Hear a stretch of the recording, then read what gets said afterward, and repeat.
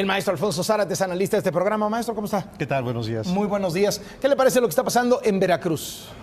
Yo creo que Veracruz ha experimentado en los últimos años, sobre todo a partir de los gobiernos de Fidel Herrera y ahora en el de Javier Duarte, un proceso de degradación inocultable, muy triste.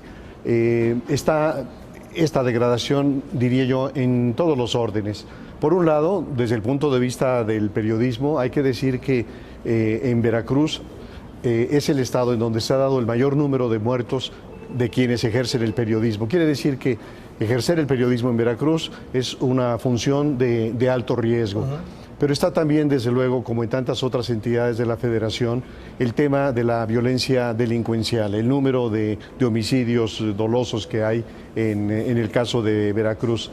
Y desde luego hay que recordar un episodio de septiembre del 2011 en donde fueron arrojados en una calle de Boca del Río 24 cadáveres de hombres, 11 de mujeres, con un mensaje de los matacetas.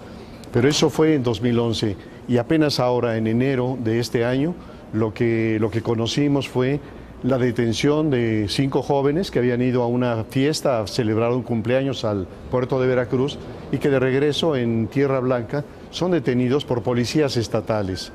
Y estos policías estatales los entregan, al parecer, a miembros del cártel Jalisco Nueva Generación.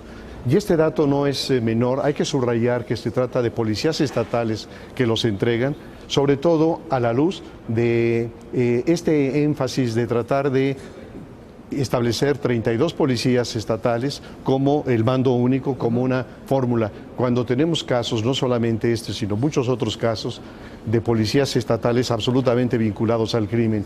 Y desde luego este hecho en Tierra Blanca nos remite, parece una réplica de lo ocurrido en la noche trágica de Iguala, en donde igualmente se trata de policías que entregan a los muchachos a las bandas criminales.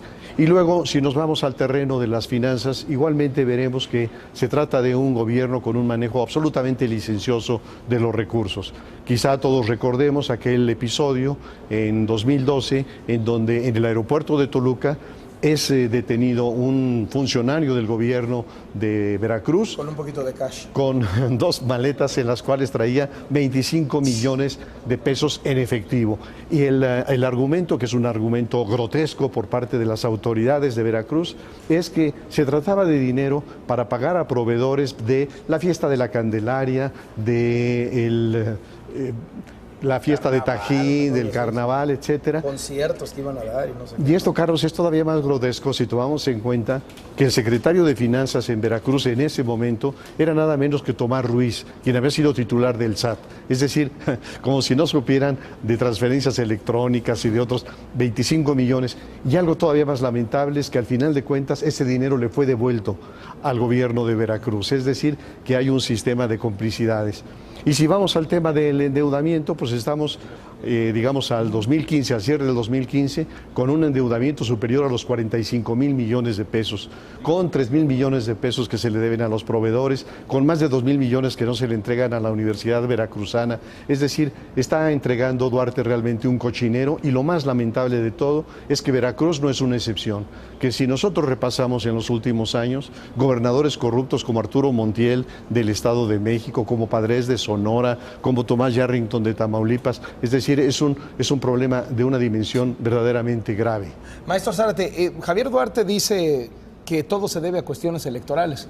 Me parece que las denuncias vienen desde mucho más atrás, ¿no? Es decir, antes de que estuviera en disputa la gubernatura como lo está ahora para las elecciones de junio, pues ya se hablaba de la mala condición de la educación, de las policías, el alza en los secuestros, los problemas para los periodistas. Apenas el auditor superior de la Federación entregó otra vez la revisión a la cuenta pública y Veracruz vuelve a ser el peor de todos. No, aquí lo que ha ocurrido realmente es un acompañamiento de voces críticas desde el inicio de este gobierno.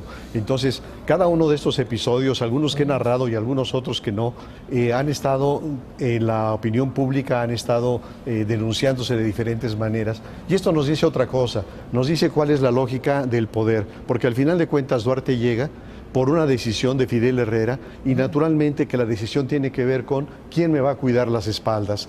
Así que esta lógica perversa sigue prevaleciendo y a veces, Carlos, uno extraña aquellos días en donde a un gobernador absolutamente inepto, verdaderamente repudiado por el pueblo, desde el centro había una llamada para ponerlo en orden o despedirlo. Bueno. Sí, a veces hace falta eso. Maestro Zárate, gracias. Con mucho gusto. Muy buenos días. Volvemos despuesito de la pausa.